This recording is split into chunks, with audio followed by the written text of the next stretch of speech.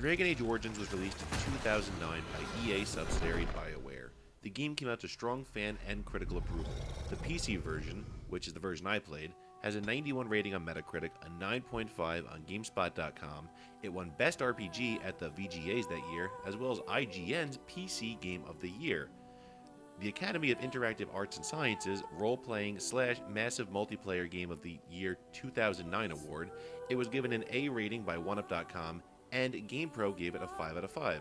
UK magazine PC Gamer gave it a 94% and declared it the RPG of the decade. With all of those praises, it's no wonder that Bioware chose to follow Dragon Age Origins up. But the questions remain. Does the sequel follow in the footsteps of the original? Does it disappoint? Or does it somehow exceed even all of those accolades and the countless others not mentioned here? For starters, before getting into the gameplay, I'll address the proverbial elephant in the room. The fact that Bioware has opted for a character design system more along the lines of Mass Effect. In Origins, players could select their race, either elf, dwarf, or human, and then a lore-appropriate class, consisting of rogue, warrior, or mage. Dragon Age 2 limits creation options to human only, and while this is certainly a sacrifice, the developers made a risky but good call here in my opinion, to ensure that the game stays faithful to its own lore. To remind those of you who have been away from the world of Dragon Age for too long, elves are treated like second-class citizens, and very few remain outside of human subjugation. Dwarves seem content to keep to themselves mostly, outside of the lyrium trade of course, and have a very classist society. After beating the game, from a storytelling standpoint, I really do think that this was the right choice for Bioware to make. Let me look at you. Another addition is that your character now has a last name. Rather than being called Human or Warrior or even Grey Warden like how it was in the original, Bioware has again taken a page out of their Mass Effect playbook by providing you with a surname, which NPCs will refer to you as in dialogue. I welcome this change wholeheartedly, as it provides much more natural dialogue. The name Bioware picked, Hawk, is also very appropriate, as it denotes a degree of strength and cunning, while it also has sort of a fantasy feel to it.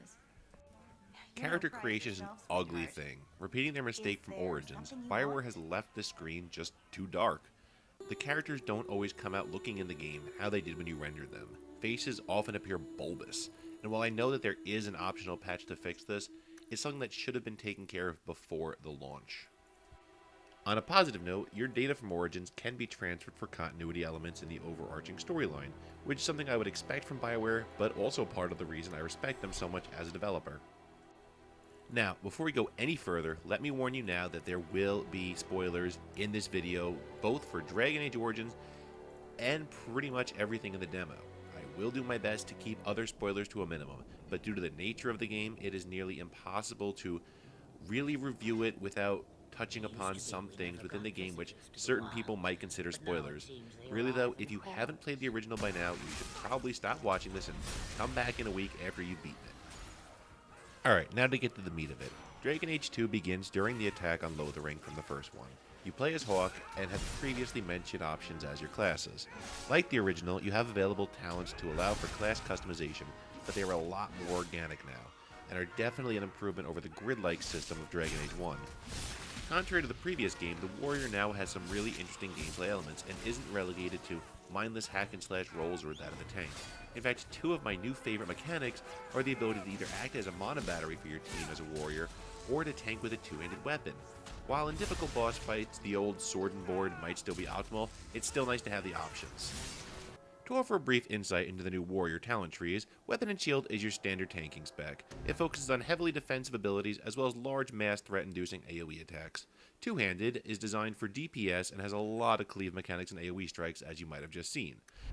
Vanguard is a tree clearly meant for use with another tree and focuses on increasing the stability of your damage. Defender is the top spot for damage reduction, and any character you want to tank with should branch into this tree. Warmonger increases the utility of your warrior, providing stuns and knockbacks, as well as a mass taunt ability which I recommend for grabbing for all your tank specs as well. Don't worry, it's one of the first available talents, so you're not going to spec too deep into the tree to get it. Battlemaster is actually my favorite tree for the warrior, and the key to tanking with a two-handed weapon.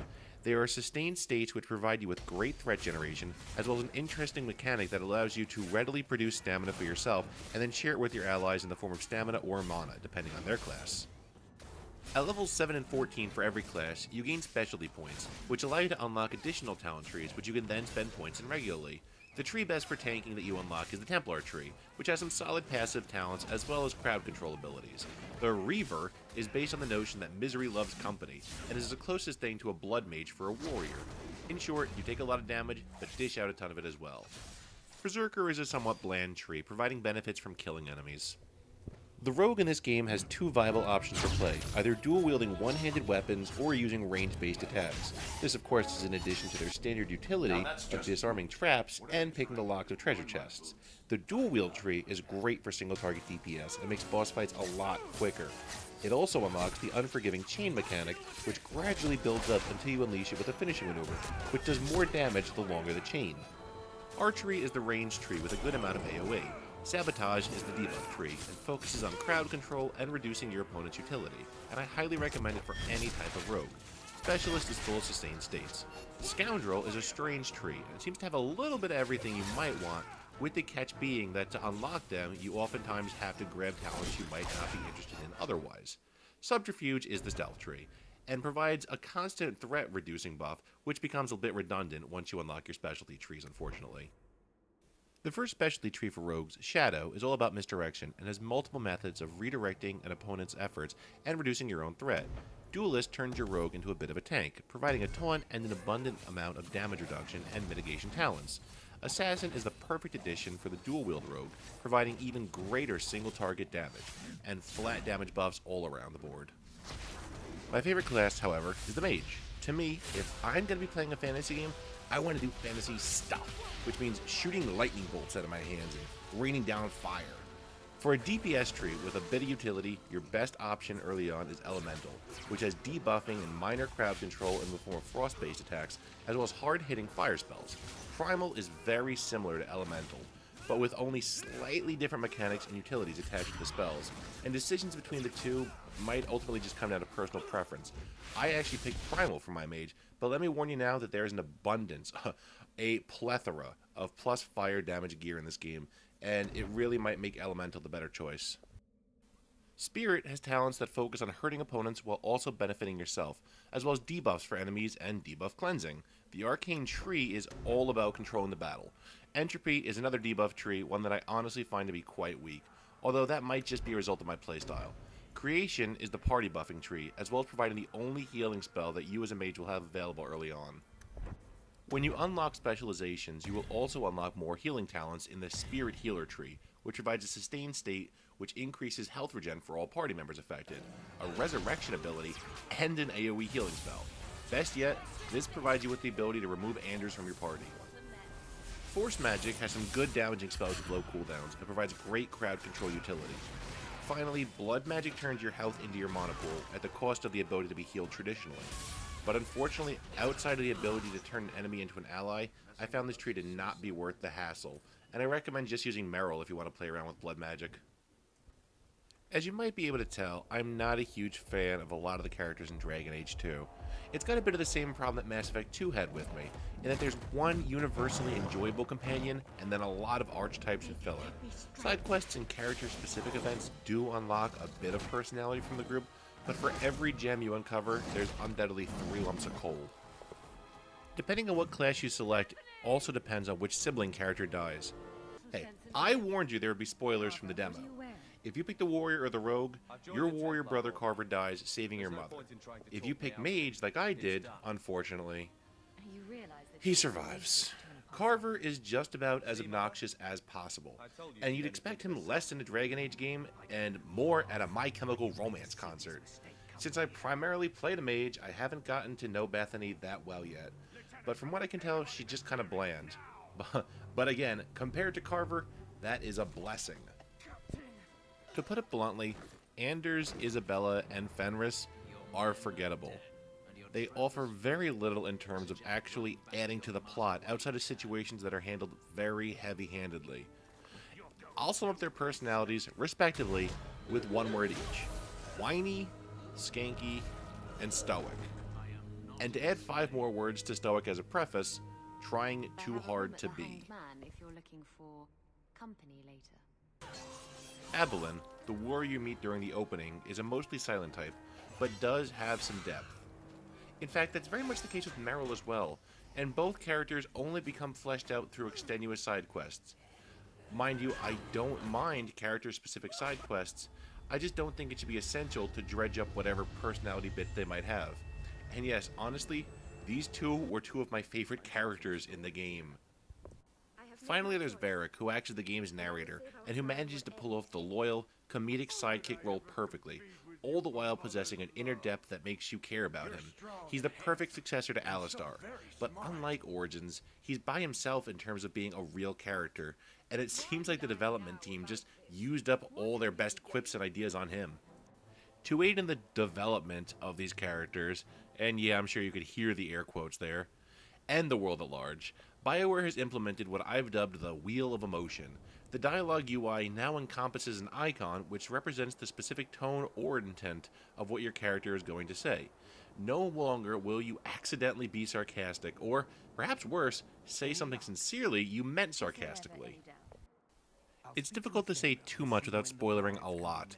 To touch briefly on the storyline, it in no way feels as epic as the original. Your primary antagonist is only met face-to-face in the second act, and a lot of the factors behind enemy motivations are silly to be kind and contrived to be unkind. I know I'm coming down very negatively on this game, but to be honest, if it wasn't released by Bioware, I'm certain I'd probably have expected a lot less. And so yes, while to answer my initial question at the start of this video, it does fall short of the original, there are plenty of positive additions to Dragon Age 2. Combat is about as crisp as you could hope for. Cooldowns refresh faster, and it makes the whole of it a lot smoother. While you were going to still pause during combat to queue up moves, I found I didn't need to do this nearly as often, outside of boss fights anyway. You also have time-specific quests, which allow you to navigate the city either during the day or during the night. The potion and crafting system is also a lot better. Instead of purchasing potions individually, which I found destroyed my wallet in the first game, in this installment, once you discover a crafting region for potions or poisons or what have you, you will always have access to it. Instead of paying massive fees if you lack the ingredients to craft a potion for yourself, you will now almost always only have to shell out a couple of silver to restock your supplies. Assuming you have the recipe, that is. The story structure is also interesting. Despite not being entirely compelling, the narrative dynamic is very enjoyable, and lends itself to options that otherwise would be difficult to pull off as smoothly. Like the 3 instances in the game where over a year is elapsed. While in games like Fable 2, this always comes off as very shaky and forced. In Dragon Age 2, it feels very refined and finished. In fact, to make a quick assessment, many of the updates in this game are polishes on mechanics from the first that are refined nearly to perfection, and it's just a shame these mechanics weren't accompanied by a better story. Of course, some aspects of the story have been improved, or at least expanded upon. Dissension between factions doesn't feel nearly as one-sided as it had in the past. For example, I played a mage, and the Templars worked to control and regulate mages. Kirkwall is under heavy influence by Templars, and a lot of the dialogue with Templars left me feeling like they were insanely biased against me. Yet interactions with other corrupt mages made me accept that the Templars might have a reason for their positions. But hey, if nothing else, Bioware clearly did listen to their fans somewhat, because now there is an option to toggle your helmet. In closing, I gave Dragon Age Origins a 9 out of 10.